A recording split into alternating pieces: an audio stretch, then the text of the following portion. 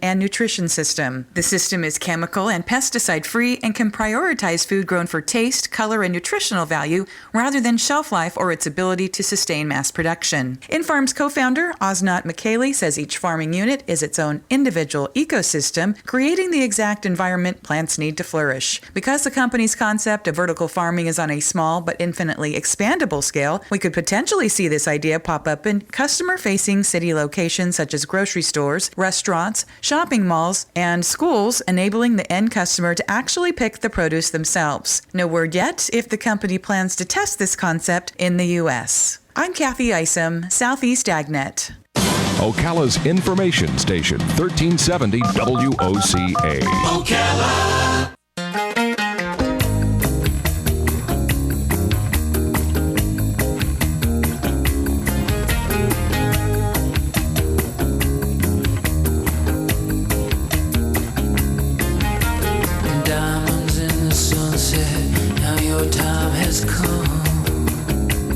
All right, 21 minutes after 10 o'clock. Somebody told me the other day that one of their favorite things to hear us do on this show is interview authors who have written books that they might be interested in.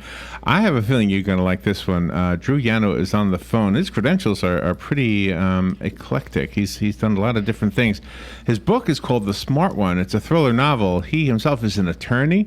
He has his own law firm, and he's a screenwriter. So there you go. That's using both sides of your brain, from what I understand. Mm-hmm. One of his screenplays, called No Safe Haven, was purchased by Universal Studios. That's kind of cool. That means it'll be a ride soon, right? Yeah. He's the founder of the screenwriting program in the film department at Boston College, where he taught for 11 years. And on top of all that, he's an historian. The Smart One is the book. Good morning, Drew Yanno. What an honor. Thank you for being on our show.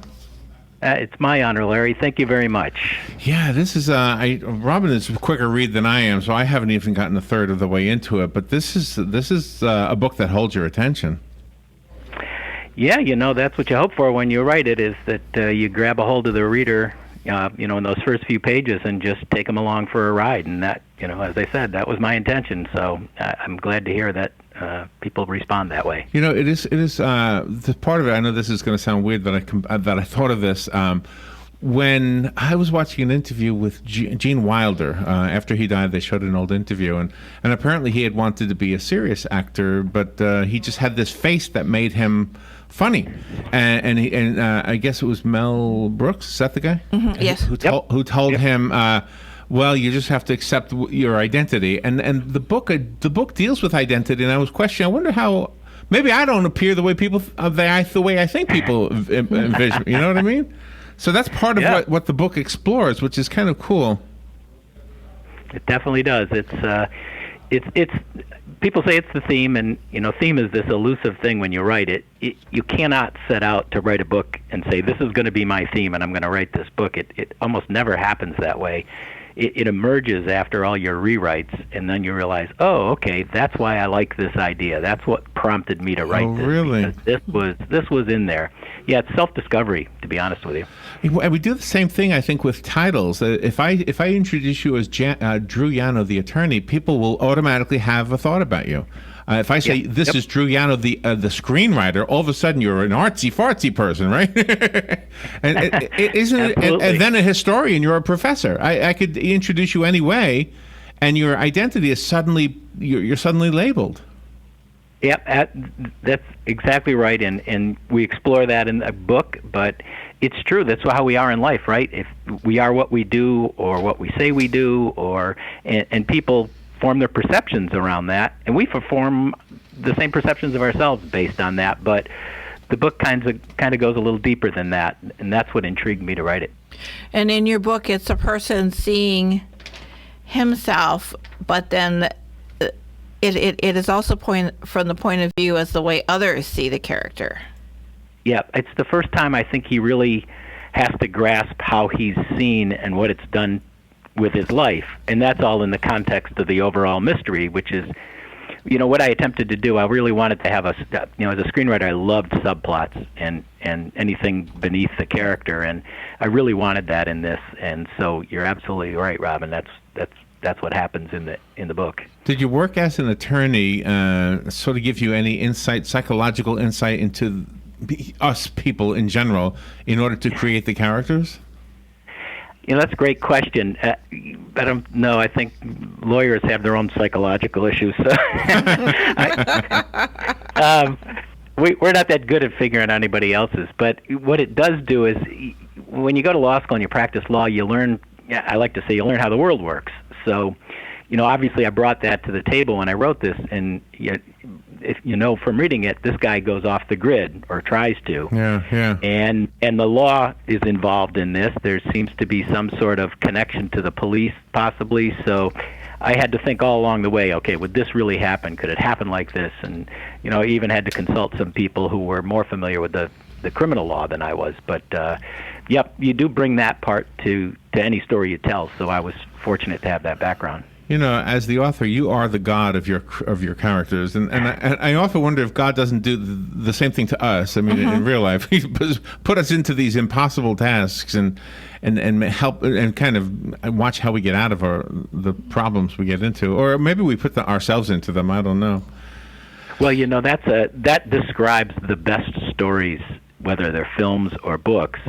It's when you have a main character who's literally presented with an impossible task, and we in the audience, if it's a film or reading it, if it's a novel, we look and we go, how in God's name are they ever going to get out of this? And that's why we are compelled to read it or watch it, is because we have that great question, how are they going to do this?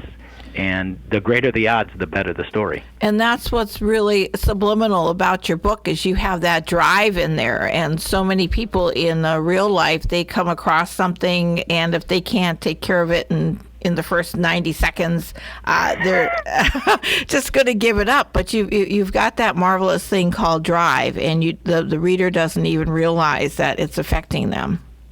Yeah, well, that's a very nice thing to say, and absolutely tried to do. I tried to accomplish that with writing it, and I tried to add elements to the story so that this guy just couldn't avoid this. There's several things that are propelling him to do this. Principally, he wants to save his own life, but also he feels a connection to the person who gave him the task. Is it difficult? I guess this is more of a writing question. Is it difficult to write a novel as opposed to a screenplay, or do they both come naturally for you? Boy, neither's naturally come to me. They are, and they're different animals. I used to tell my class they're just story devices. They're just the delivery device to tell your story, and they're different. That's why people always, when they read a book and then see the movie, they say, boy, that movie just isn't as good. Well, they're two entirely different story devices. And when you write a novel, you're connected directly to the reader, and you can tell them anything you want. Whereas when we watch a film, we almost participate. And it's what we see and hear. It's moving pictures, hence the term movies. Yeah. So when you write the screenplay, you have to think in those terms. You can't narrate. When you write a novel, you can do much more. And so both are difficult and require, that kind of focus when you realize this is what I'm writing as opposed to writing the other thing. And when you're teaching your students, you have to be very constructive, and you have to make sure you get that point across without hurting their feelings. Yeah, but college kids, although I guess today they get their feelings hurt a lot, but I was fortunate with my students. They were just great students. Boston College has some great students, and you have to get the point across, and they're all eager. It's the funny thing was I would tell them this stuff, and they would start to nod, and you realize, wow, they sort of know that intuitively, but when they hear it, they go, okay, that makes sense.